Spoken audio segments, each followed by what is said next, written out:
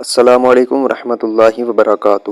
آج کا ہمارا عنوان ہے وضو اور غسل میں داڑھی دھونے کا کیا حکم ہے۔ داڑھی چاہے گھنی ہو یا ہلکی، غسل فرض ہونے کی صورت میں اس کے ہر بال کا نوک سے جڑ تک کھال سمیت دھونا فرض ہے۔ البتہ وضو میں چہرے کی حدود میں داڑھی کے بال گھنے نہ ہوں، یعنی بالوں کی جڑیں اور کھال بھی ظاہر ہوتی ہو، تو اب چہرے کی حد میں موجود داڑھی کے بالوں کے ساتھ کھال کا دھونا بھی فرض ہے، اور جو بال چہرے کی حدود سے نیچے ہوں ان بالوں کا دھونا فرض نہیں، ان کا مسح کرنا سنت ہے اور دھونا مستحب ہے۔